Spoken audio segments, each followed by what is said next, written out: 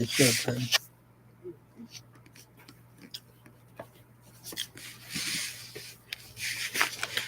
On this video, I want to continue what I've been doing, and that is Christological Hebrew grammar of Messianic Psalms with New Testament application to Jesus Christ.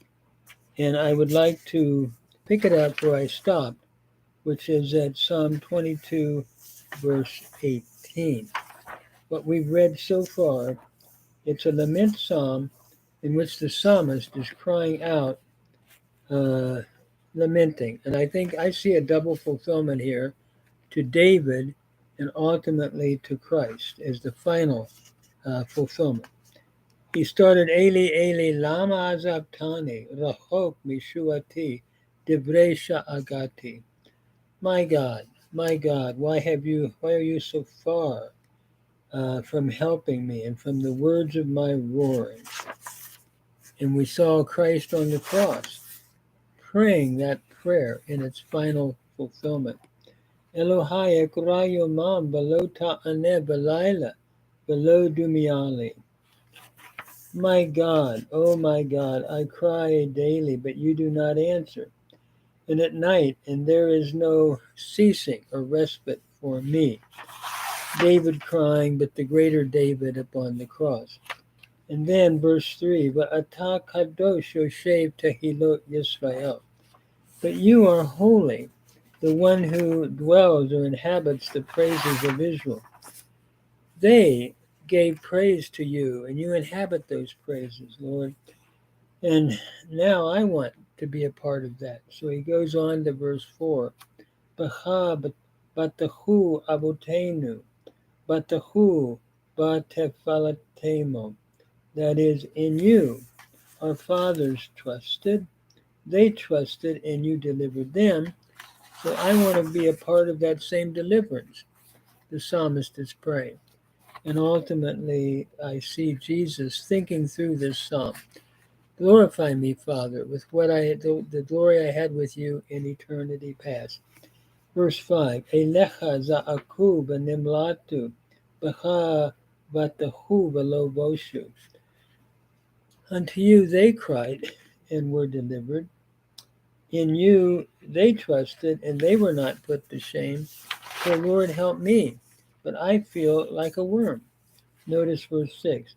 V'anochi tora'at v'lo ish, herpat adam uvzuiam. I feel like a worm and no man, a reproach of men and despised by the people. Not only David, but Jesus upon the cross. A worm, picturing his beatings and all that he went through. And then the jeering of the crowds. Notice verse 7.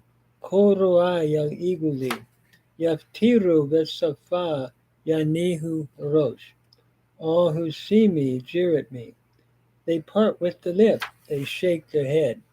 And here we see mockery and laughter, not only at David, but also upon the cross. And so the Hebrew goes on then in verse 8. This is what I think the psalmist is picturing. David's enemies are saying, and certainly we see the cross again and the crowds around the cross. Gol al Adonai yefalatehu yatzilehu ki chafetz bo. Literally, woe unto the Lord. Let him rescue him. Let him deliver him, for he takes pleasure in him. Notice goal is a cow imperative second person singular from the root galal, meaning to roll, a double ayin root, and the last lamed has elided or dropped out. El is a preposition unto, and then we have the tetragrammaton yod he vav he, and we're rendering this Adonai yefalatehu, which would be let him rescue him. Here we have a PL imperfect, third masculine singular from the root palat. It's a adjective use here, almost like a command of this PL imperfect. Yatzilehu ki chafetz bo. Let him rescue him. Let him deliver him.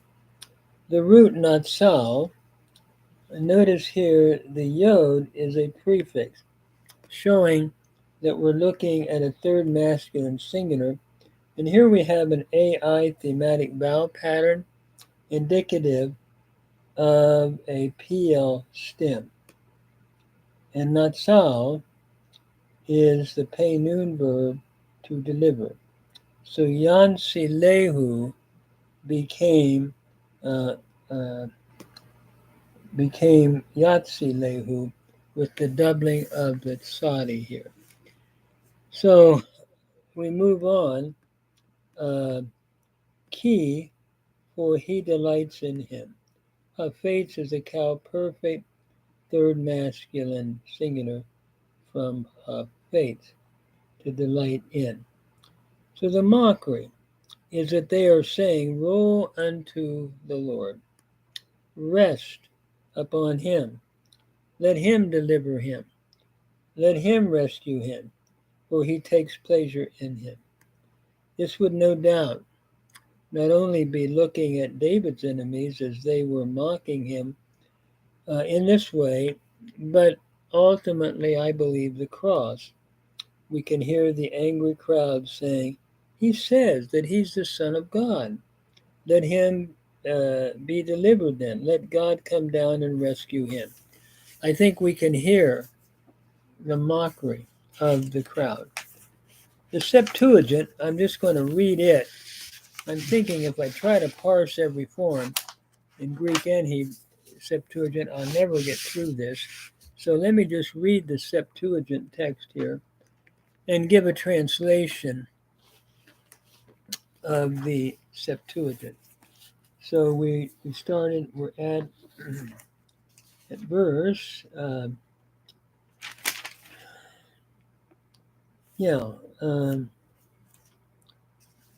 he hoped in the Lord, let him rescue him, let him save him, because he delights in him. And then we move on. I'm going to read the Septuagint as I said.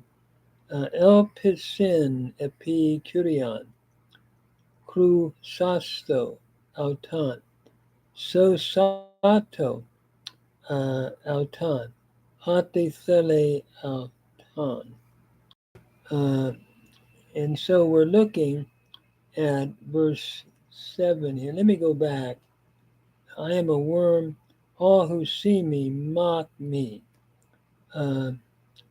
Pantes hoe theoruntes me exemupterisan me. All the ones who are seeing me, notice the participial form in theoreo, they mock me, aorist indicative active, third person plural in the verb here. And they speak with the lip. They move the head. Akene-san from kenao, aorist indicative active, third person plural. He hoped in the Lord.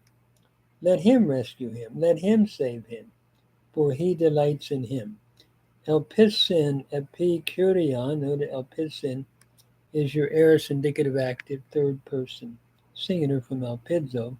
Let him rescue him from ruchamai, rusasto, an imperative, the aorist imperative.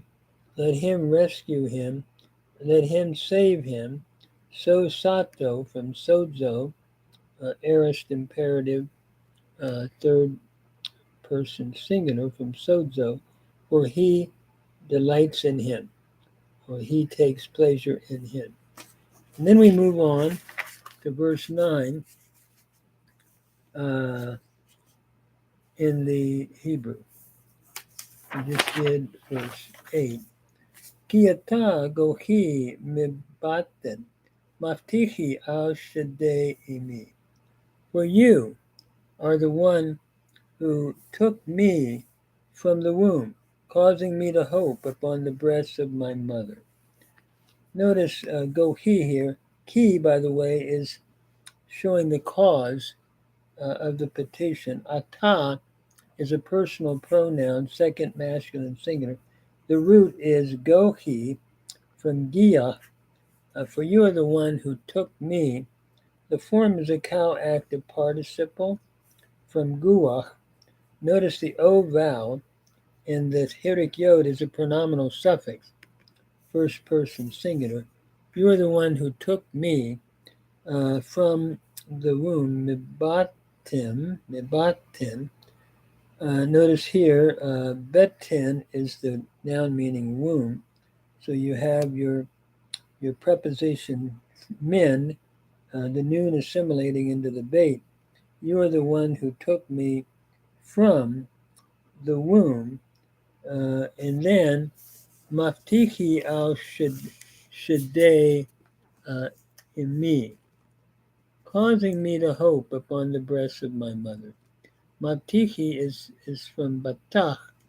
The mem gives it a participial form, and you have an ai vowel pattern, so it is a hifil participle followed by the hirik yod, the pronominal suffix first person singular. That is, trusting upon the breast of my mother. You took me. You are the one who took me from whom you are the one causing me, literally, to trust upon the breasts of my mother.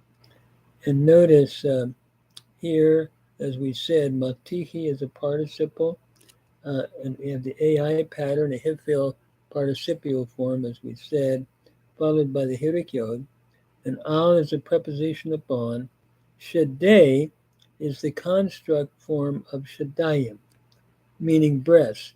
Notice that setter yod construct ending, the noun is in construct with me, the breast of my mother, from imam, meaning mother.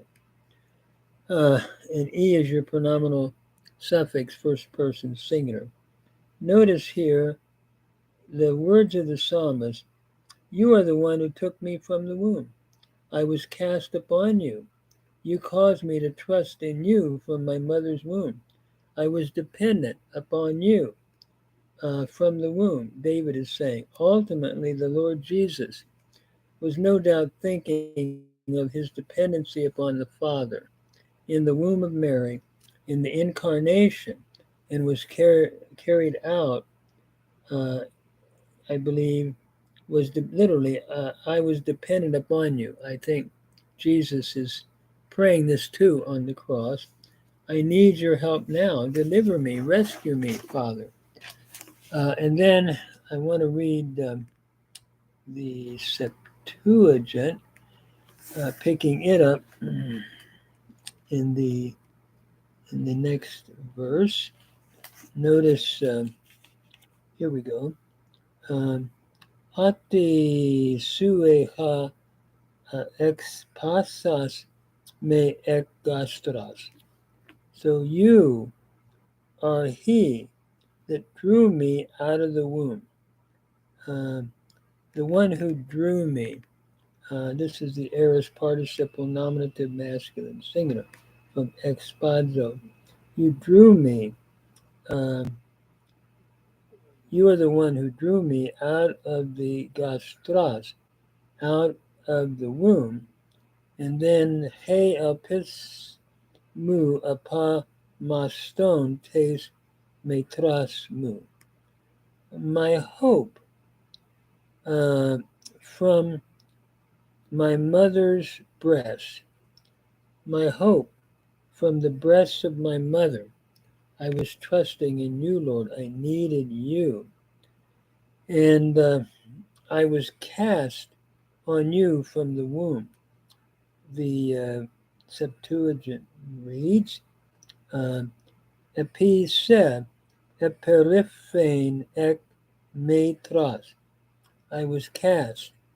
This is the aorist indicative passive, first person singular.